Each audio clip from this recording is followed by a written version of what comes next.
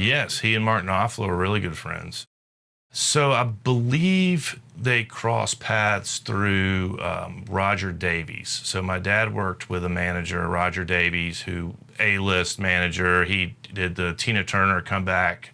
Well, actually, he started with Olivia Newton-John, and then he did the whole Tina Turner thing in the 80s. But then he did the Cher comeback, and he had Janet Jackson.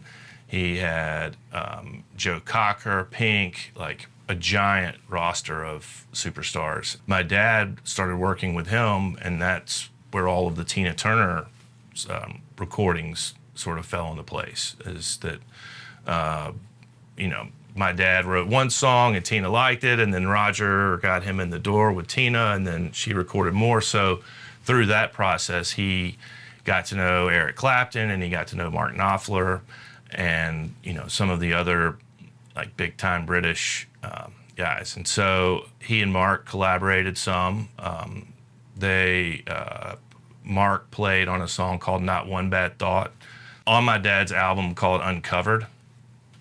And they were good friends. They gifted each other guitars through the years. There's an article that I read recently of Mark Knopfler talking about a guitar that he uses all the time, and it was one that my dad had given him.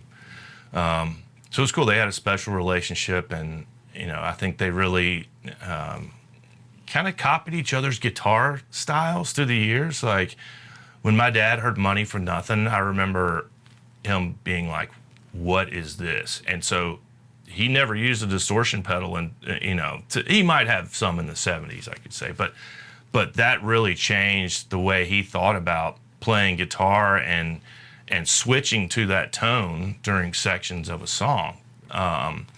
And so he was really inspired by Knopfler in that sense. And I think Knopfler was, if you were to ask him, would probably say he was inspired by Tony Joe in some ways that he played. I just think they were greatly inspired by each other's styles, and you can hear it like in each other's styles, Yeah. Do you remember ever being around Knopfler? Yeah, I remember meeting him. He was at our house in Franklin one time. Just was in town hanging out with my parents, and then we went to Southern Ground Studio when we were recording the album Uncovered, and Mark came in and played and sang on the song Not One Bad Thought. Super nice, like this is the nicest guy in the world. Mark gave my dad some like rare acoustic guitar. I'm not sure what it was exactly. And then I believe my dad gave Mark a Strat. We recorded that part with Mark Knopfler, but Eric Clapton was also on this same album. And so when it was time to get Eric Clapton's recording parts, we were trying to figure it out, and my dad was about to go play some shows, and Eric was like, well, we can do it on this date at Olympic Studios in London. And so my dad was like, well, you have to go. And I was like, okay. And so flew to London with hard drives of all these Pro Tools files, because this was before we could send files that large, digitally. And so flew to London, so nervous about meeting Eric Clapton and him coming in the studio. And so we got there, he comes in Olympic Studios and plays his parts and was talking over the intercom. And he's like, does that sound okay through there, Jody? I'm like, yes, Mr. Clapton, it sounds really nice. What am I gonna be like? Eric, come on, Eric. No, that's terrible. What are you doing? So he was super nice. He played on the song, had lunch, did a few more overdubs, came back in the next morning, picked out the parts that he wanted to use, and that was it. And he was just so nice and just kind and respectful, when he shouldn't have even cared anything about what I thought. Did your dad and Clapton know each other from back in the day? They didn't know each other in the 70s, but they met later on, and my dad opened for him some touring in Europe in the 90s. Okay. That had to have been a pretty good tour for your dad. Seemed like a very appreciative audience. Yeah, he toured. That was one thing with Roger Davies is he started touring, opening for Eric Clapton and Mark Knopfler, and Roger really wanted to get him back out on the road playing shows a lot, and he did for a while, and then he was just like, I just don't want to, like, he would cancel tours like last minute and just be like, I don't want to do it.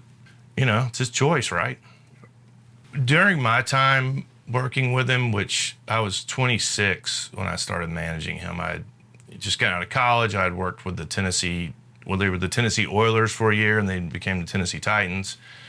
And I was kind of burnt out because I realized, like, okay, the players are making all the money, so I don't really know, like, where this is going to go. And my dad's like, why don't you come work with me? And so I started just kind of working and learning about this publishing. And then at that point, he was still with Roger Davies, and Roger was like, hey, I'm just too busy, and you're already doing this. I'm like, what? He's like, well, you've built a website, you've reconnected with this booking agent, you're releasing an album, like, you're already managing him, just take it over. And I was like, hey, Dad, read this email. You want me to be your manager? And he's like, okay. And so that was literally how it started. As I began working with him and whatnot, it was, when tours, we would book tours, and he would always say, well, I don't know, we'll see. And I'm like, well, we can't just see. Like, these need to be booked 8 months in advance, okay? All right, well, whatever, we'll see. So I would have to book it and move forward, and then we would get like a month out, and he would say, what are these shows we're supposed to be doing again? And act like he wasn't going to do it, and I would just have to, like, come on, it'll be great. You'll make some money. People are excited about the new album. And so, like, I would have to, like, talk him up to it. But it would always, like, he would always drag me over the coals about canceling it. And I was like, please don't. But he wouldn't unless there was, like, a serious reason. But, that was always nerve-wracking. It had to have been difficult with it being your father also. It was, everything was double, right? Like, everything's twice as stressful when something bad happens on the road, or we are possibly going to miss a flight, or it's pouring down rain and people can't get to the show. Like, there's always things happen on the road that are very stressful. So with him, it would be twice as stressful because he would be looking at me like, what are you going to do about this? And I'm like, what?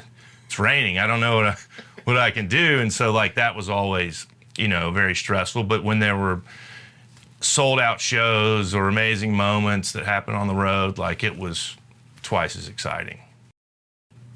How old was he approximately when you became manager? 60?